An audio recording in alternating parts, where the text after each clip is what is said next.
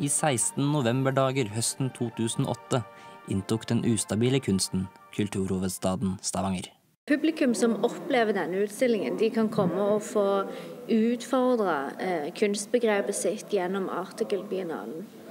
Her vil de møte kunst som tar i bruk lyd, som tar i bruk bioteknologi, som tar i bruk elektromagnetisme, kunst som lukt, kunst som man kan smake på, kunst som man kan lese, kunst som man kan sanse og forstå teknologien gjennom. And by placing these strange art installations in contexts where people already have to do an effort, I think we strengthen the aesthetic experience because finally we are alone with an artwork and this art relationship, art and life together take time. Artikkel 08 med sin biennal for elektronisk og ustabil kunst lot seg ikke stenge inne bak tunge galleridører, og spredde seg omkring til alt fra trærne langs Breiavannet til fyrhusene på Obrestad og Tungenes.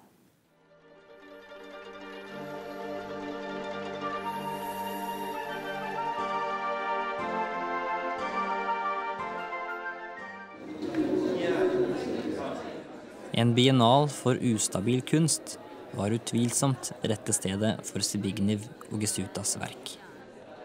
Architecture means stability, normal.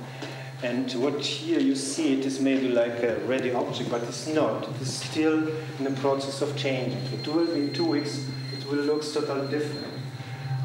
We made it here on the place. It was much bigger, it was different form, and very important, this processuality for me, which is in architecture we don't know.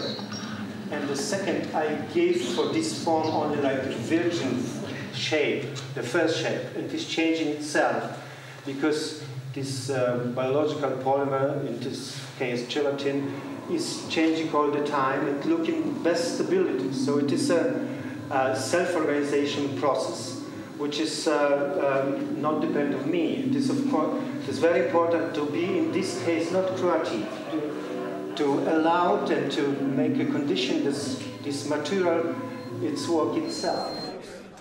Ugesuta jobber og eksperimenterer med biologiske habitat og undersøker biologiske teknologier som kan være med å utvikle nye måter å leve på jorden, under vann og i verdensrommet.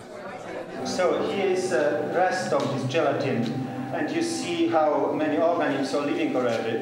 This is drying because if we have less water in it, it's come no life inside. But if you keep the water, you can breathe inside different organisms. You can live in it with organisms. Can you imagine that you can be like a three-dimensional leaf, which takes energy from the sun, which maybe has chloroplast in it, and it can breed for you what you need, your food, and even tools, I think, tools what you need to live.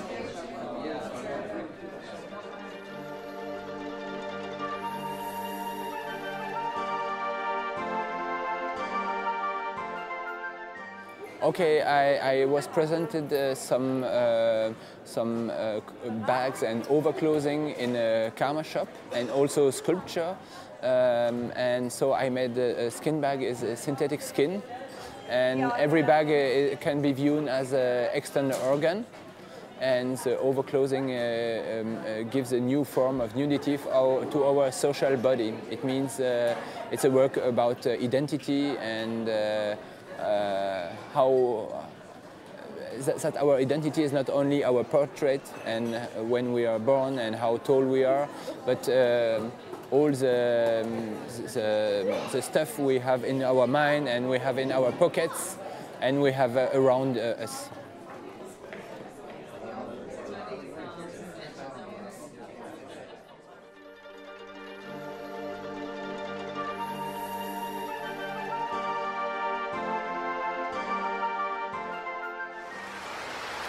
Arkitektur kan være å gå lenger enn bare det visuelle. Opplevelsen av det kan være like viktig. Dette var tilfellet og hensikten med installasjonen som inntok Obrestad fyr under biennalen.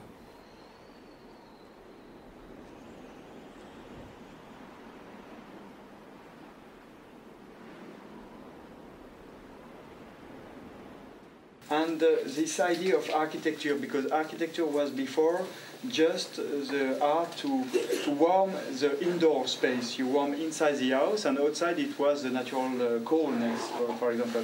But now we warm also the atmosphere, and so it's no more artificial inside the house and natural outside the hall. All the planet become artificial. Philip Rams Winter Beach et enkelt prosjekt basert på en arkitektonisk forflytning, en geografisk glipp I breddegradene, en konstruksjon av tiden som landskap. And I think space today, architecture today, it's not only creating space, but you have to also to deal with this idea that you create time, you create temporalities, you create season, you create something different than what it is.